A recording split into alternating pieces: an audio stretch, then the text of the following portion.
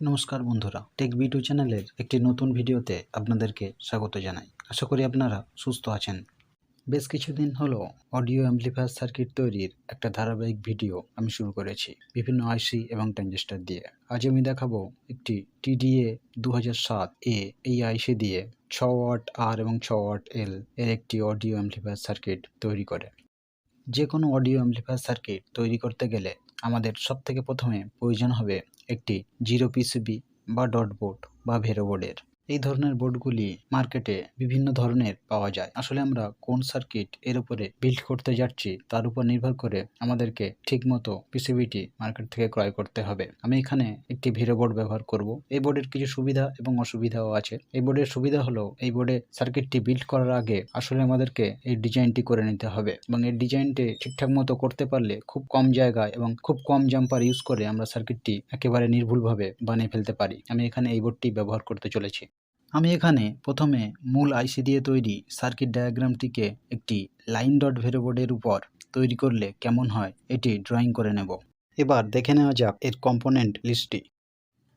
একটি TDA 2007A আইসি, দুটি 104J PF এবং একটি 104 KPF, দুটি 1000 মাইক্রোফ্যারাড 25 ভোল্ট ক্যাপাসিটার, দুটি 2.2 63 ভোল্ট ক্যাপাসিটার, দুটি 100 ইউএফ 25 ভোল্ট ক্যাপাসিটার, একটি 220 ইউএফ 25 ভোল্ট ক্যাপাসিটার এবং একটি 47 ইউএফ 16 ভোল্ট ক্যাপাসিটার, দুটি 2.2K রেজিস্টর, দুটি 2.2 ওহমস রেজিস্টর, দুটি 15 ওহমস রেজিস্টর, একটি হিটসিঙ্ক এবং একটি লাইন আইসি ডট ভেরো বোর্ড।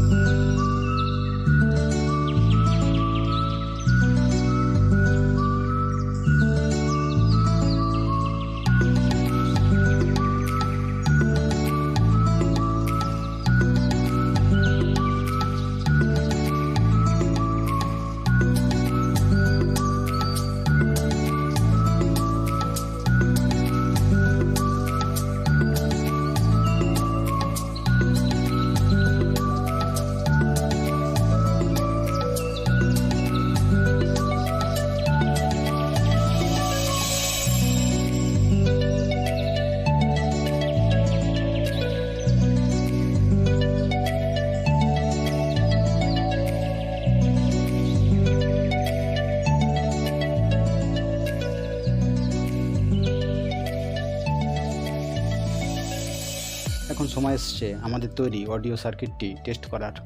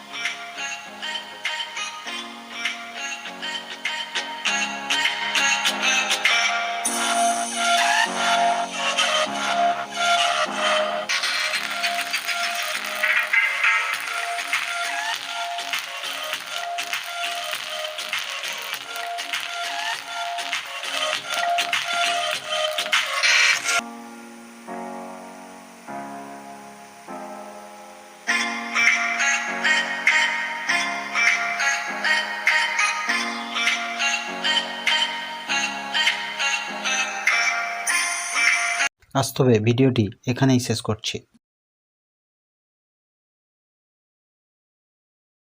ভিডিওটি যদি ভালো লেগে থাকে তবে লাইক করতে পারেন, শেয়ার করতে পারেন বন্ধুদের সঙ্গে।